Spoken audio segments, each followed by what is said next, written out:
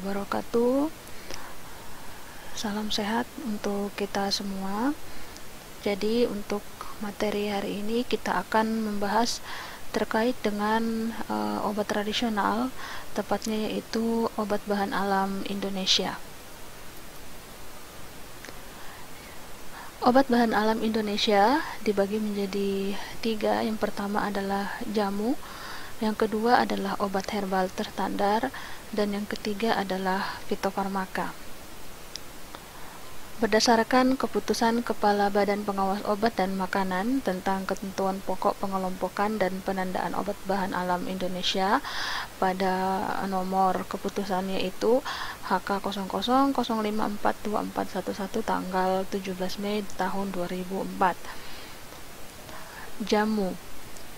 Jadi jamu adalah obat tradisional yang disediakan secara tradisional, misalnya dalam bentuk serbuk seduhan, pil, dan cairan yang berisi seluruh bahan tanaman yang menjadi penyusun jamu tersebut serta digunakan secara tradisional.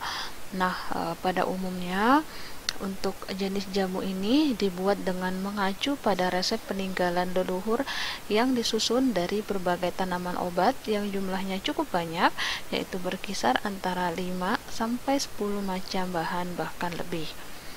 Jadi biasanya kita lihat dalam komposisi ini ya, dalam komposisi sediaan pada label kemasan obat jamu, di situ berkisar ada beberapa kombinasi tanaman yang digunakan ya. Sebenarnya yang biasa kita lihat juga kadang ada yang terdiri dari komposisi 3 jenis ya, 3 jenis bahkan sampai 5, bahkan sampai 10 atau lebih. Nah, kemudian bentuk jamu ini tidak memerlukan pembuktian ilmiah sampai dengan klinis, tetapi cukup dengan bukti empiris. Nah, sebagaimana yang telah kita bahas sebelumnya, bahwa untuk kategorisasi jamu itu di sini cukup hanya pada pengalaman empiris masyarakat sekitar, ataukah berdasarkan dari pengalaman empiris turun temurun, yaitu minimal dari 3 generasi sebelumnya, sehingga bahan alam yang akan dibuat dalam bentuk jamu ini ya sudah bisa dikategorikan sebagai obat tradisional Indonesia yang berlabel jamu. Nah, jamu yang telah digunakan secara turun-temurun selama berpuluh-puluh tahun, bahkan mungkin ratusan tahun, telah membuktikan keamanan dan manfaat secara langsung untuk tujuan kesehatan tertentu. Ya, jadi tidak hanya cukup pada pembuktian empiris saja, ya, tetapi yang dimaksud dalam pembuktian empiris di sini adalah pembuktian secara keamanan dan kemanfaatannya, dan juga secara kemungkinan adanya efek samping yang muncul juga ya. Tetapi yang paling menjadi perhatian di sini adalah pembuktian keamanan dan manfaatnya secara langsung untuk berbagai pengobatan berbagai jenis penyakit, dan bukan hanya untuk pengobatan berbagai jenis penyakit juga, tetapi dalam upaya preventif juga ya. Jadi pemeliharaan kesehatan ya, jadi bukan hanya sifatnya kuratif tetapi juga sifatnya preventif.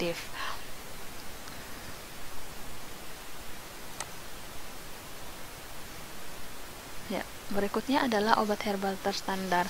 Nah, obat herbal terstandar ini adalah obat tradisional yang disajikan dari ekstrak atau penyaringan bahan alam yang dapat berupa tanaman obat, binatang maupun mineral.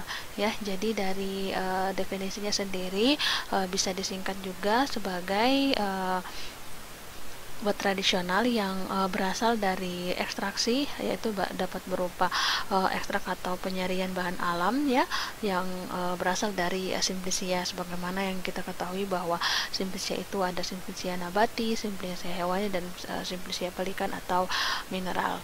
Nah, Untuk mendapatkan obat herbal terstandar perlu melalui berbagai proses yang lebih panjang dibandingkan dengan jamu, ya, dan proses ini membutuhkan peralatan yang lebih kompleks dan berharga mahal, ya, ditambah dengan tenaga kerja yang mendukung dengan pengetahuan maupun keterampilan pembuatan ekstrak, ya, sebagaimana yang mungkin kalian sudah pelajari di mata kuliah yang lain terkait dengan proses ekstraksi dari bahan alam, ya.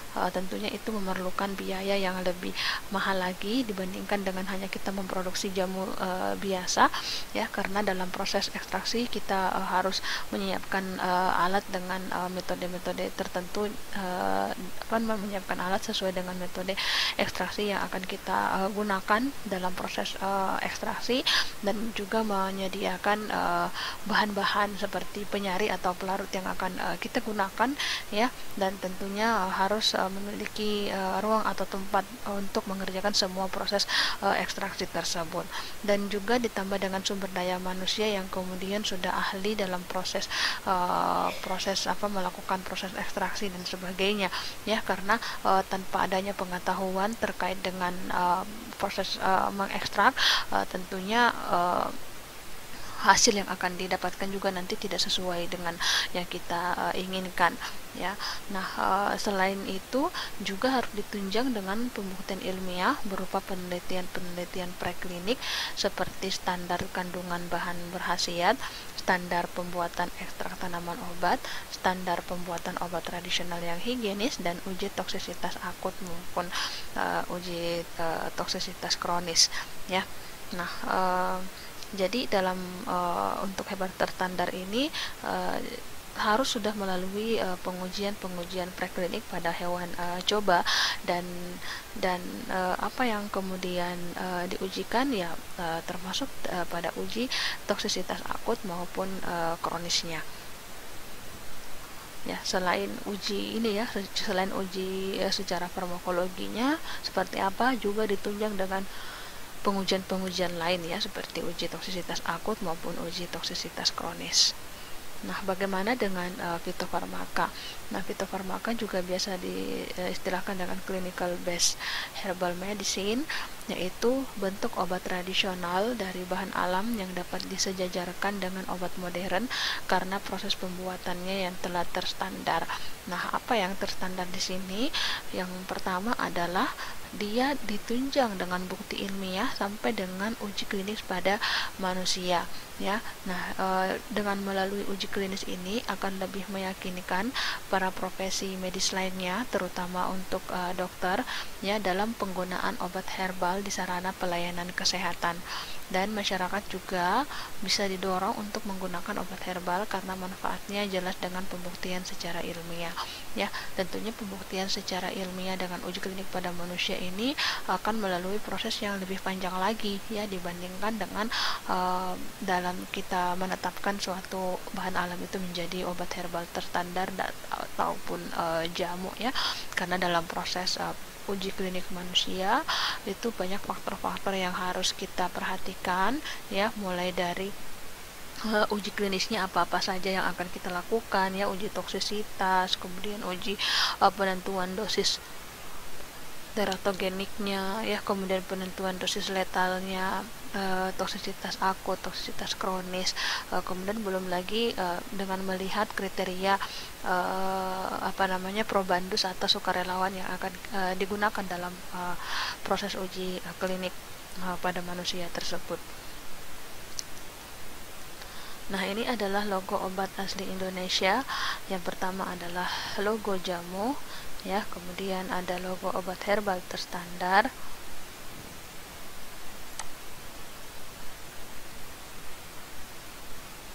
bentar, ya.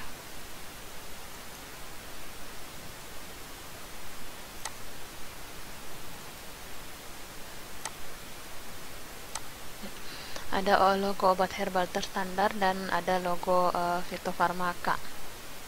Nah, ini adalah logo jamu. Dulunya seperti ini, ya, tetapi sekarang sudah berubah menjadi logo seperti ini. Nah, untuk jamu logonya itu Yang pertama adalah adanya bentuk lingkaran. Nah, filosofinya itu adalah lingkaran ini merupakan lambang sebuah proses dan aman, ya.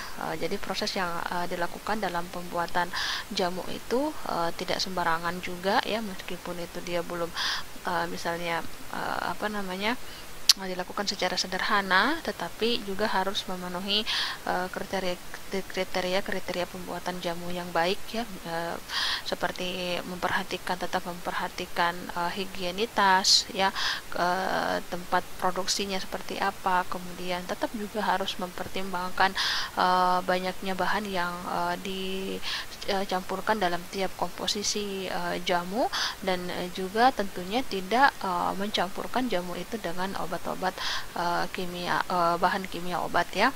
Nah, kemudian yang kedua adalah warna hijau dan kuning, ya. Ini bila kita lihat hijau dan kuning ini dia kontras. Jadi ini merupakan perwujudan kekayaan sumber daya alam Indonesia, yaitu keanekaragaman hayati dari SDA Indonesia.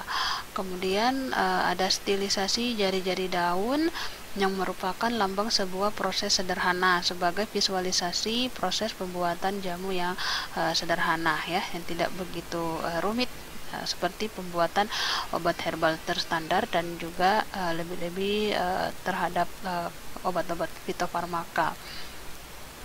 Nah, adapun kriteria jamu yang pertama adalah aman sesuai dengan persyaratan yang ditetapkan. Kemudian yang kedua adalah klaim khasiat dibuktikan berdasarkan data empiris. Dan yang ketiga adalah memenuhi persyaratan mutu yang berlaku.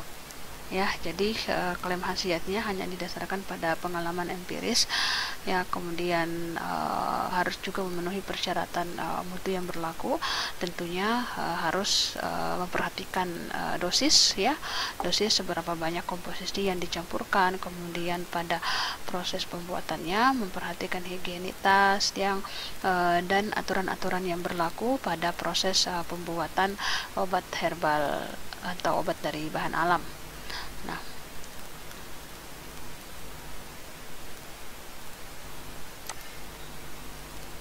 Kemudian untuk obat herbal terstandar. Untuk obat herbal terstandar sama dengan jamu tadi, bentuk lingkaran merupakan lambang proses dan aman.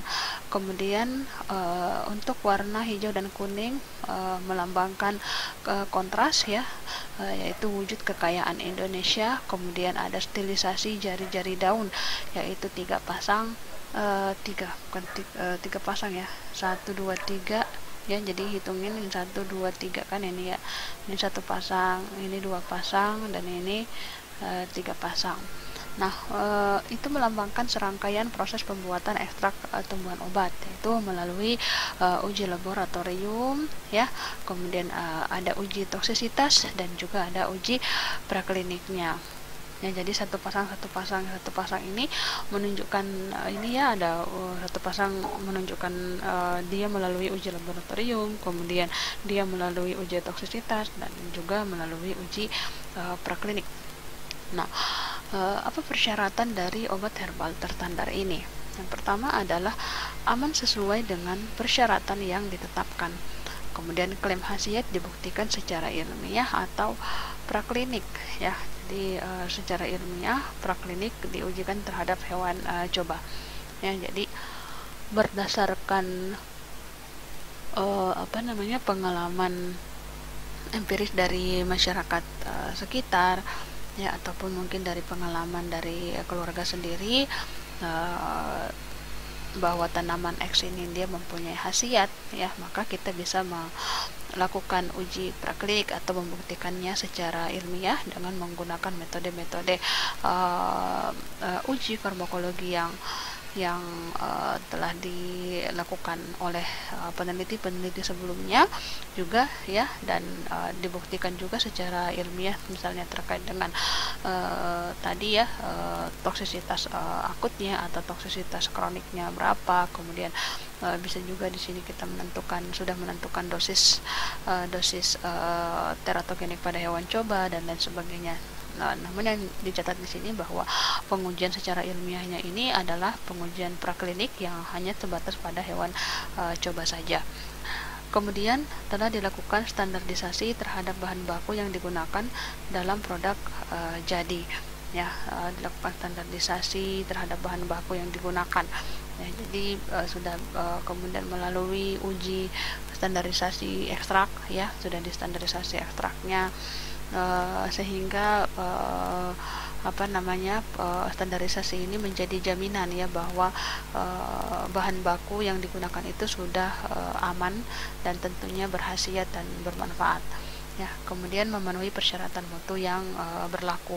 Ya, memenuhi persyaratan mutu yang berlaku ini ya kembali lagi ke nanti cara pembuatan obat tradisional yang baik, bagaimana persyaratan mutu atau persyaratan-persyaratan yang harus dipenuhi oleh suatu industri dalam proses pembuatan obat tradisional.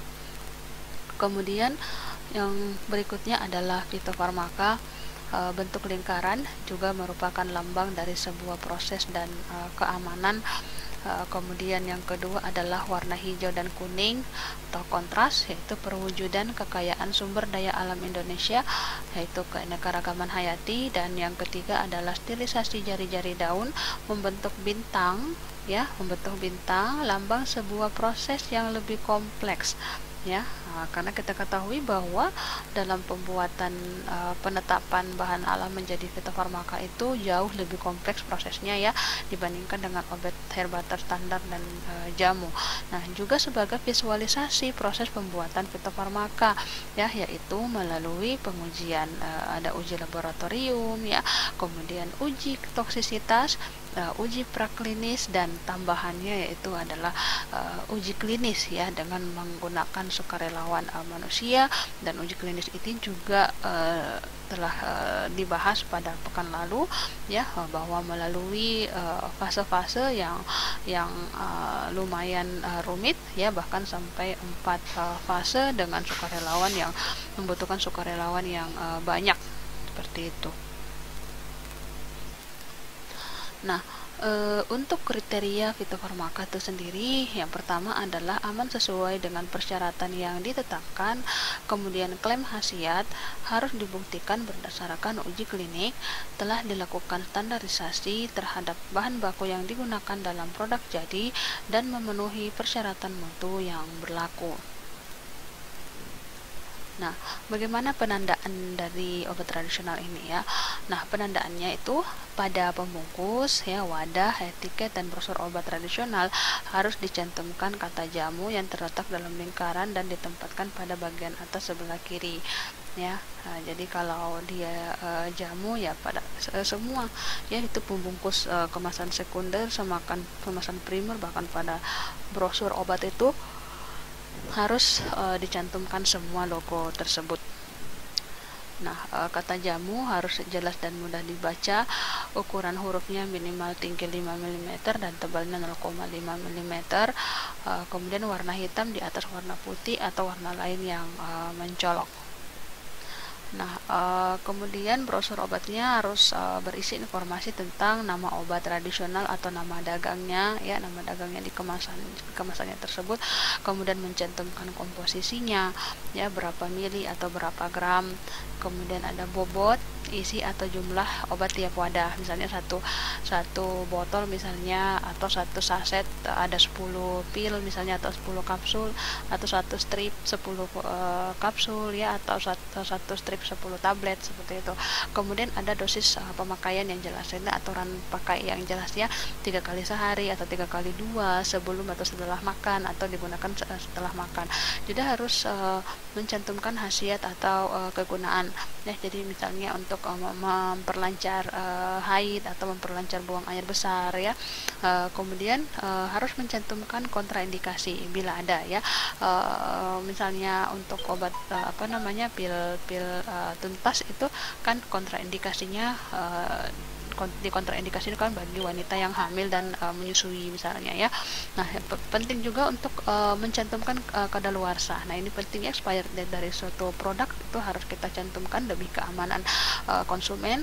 Kemudian ada nomor pendaftaran ya, nomor pendaftaran produk tersebut di Balai POM atau lembaga yang berwenang untuk mengeluarkan nomor izin edar, kemudian nomor kode produksi, ya, nama industri atau alamat sekurang-kurangnya nama kota dan kata Indonesia, misalnya PT Sukses, ya, Jayapura Indonesia. Nah, seperti itu. Oke, untuk materi ini cukup sekian dulu sampai di sini. Saya ucapkan terima kasih. Salam sehat bagi kita semua. Assalamualaikum warahmatullahi wabarakatuh.